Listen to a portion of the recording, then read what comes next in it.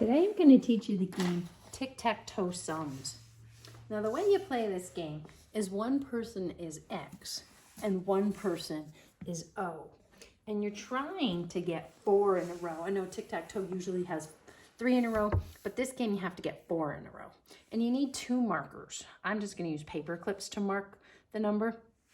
And the first person goes, and what they do is put their marker on 2 numbers, add up the 2 numbers, and that's where they make their mark. So I'll show you what I mean by that. So if I said 12 and 9, because I want a big number, 12 and 9, I know that 9 and 2 make 11.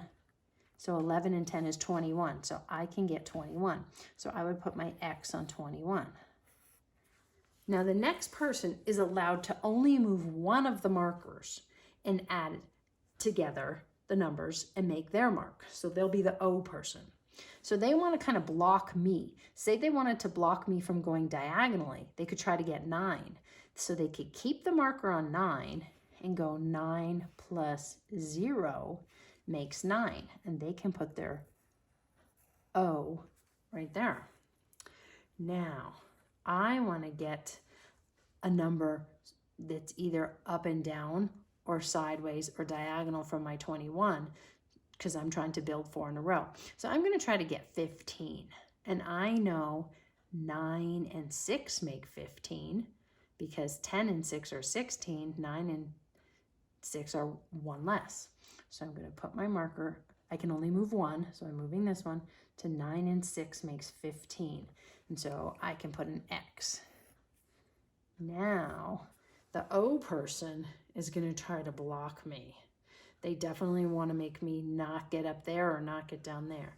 So they could block me either way. They could move this down to the 0. 6 and 0 is 6. But if they go here, it helps them get a diagonal. So they probably try to go to the 16. So 9 and 7 are 16. So they would probably move this marker because you're only allowed to move 1 marker. Move it to 9 and 7, and they can take the 16 and put an O there. So now I am thinking, they've got some hard numbers to get. They have to get 12 and 12 to get 24, and 12 and 11 to get 23. So I'm gonna say, I can't get a 6 or a 5 because I have too much, even if I go down to 0. But if I do go down to 0 with my marker, I can get 7 and 0 is 7, and I can start building sideways too. So I'm going to start my X's going sideways as well. But they want to get 23 or 24, but they can't yet. So what they might do is move the marker up to the 12 just to try to get those high numbers and have at least 1 marker on the 12 and hope that I don't move it from the 12. So say that they think I'm not going to move it from the 12. They're going to move it up there, and 12 and 7 is 19. So they're going to put their circle down here on 19. And that might not have been the smartest move, but you never know. Problem is, I might come in and say, okay, I'm going to move it to the 12 also. And 12 and 12 is 24. So I'm going to block them from getting that 24 diagonal. But they say, no big deal. I can go move my marker 1, and I can get 12 and 11 makes 23.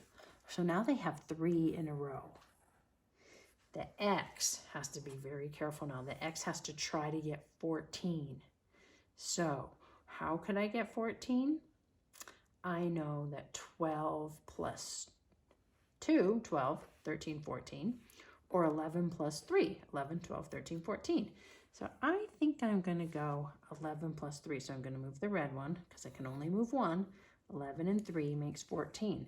And there's my X. So I had to block them. Otherwise, they would have won. They would have had 4 in a row. Okay. Now it's the circle or the O's turn again. They're probably going to want to block me and help themselves. So they might want to get this 4.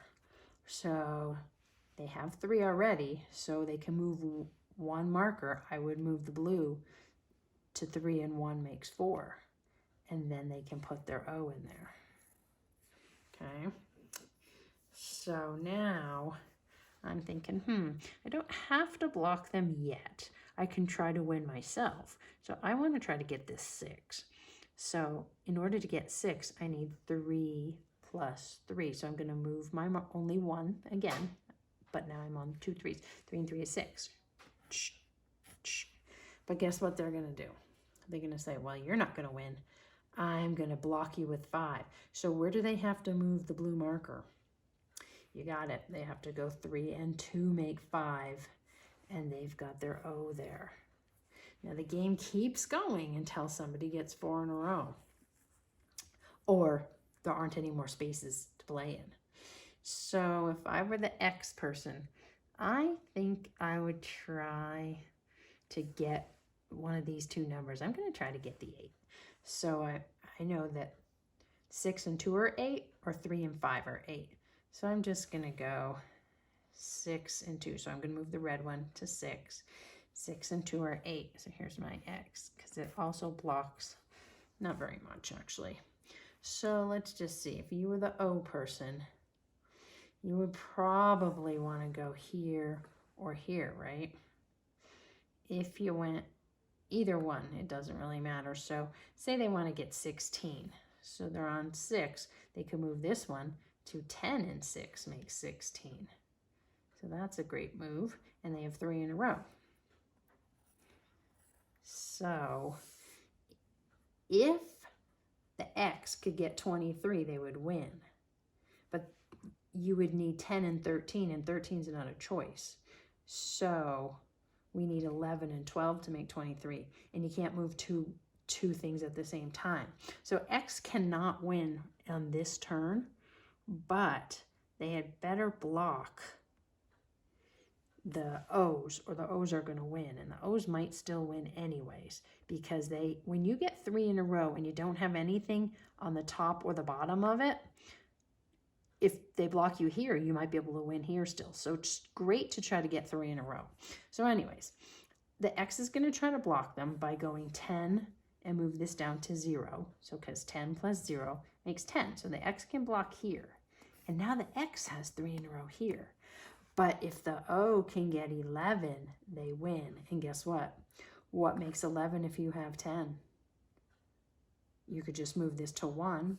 Or what makes 11 if you have 0? Just move this to 11. And the O won because they have 1, 2, 3, 4 in a row. So it's a pretty fun game. You can play it by yourself like I just did. First be X, then be O. Or you can have a friend or a brother or sister or a mom or a dad or somebody play one person the X, one person the O. So have fun. It's a really fun game.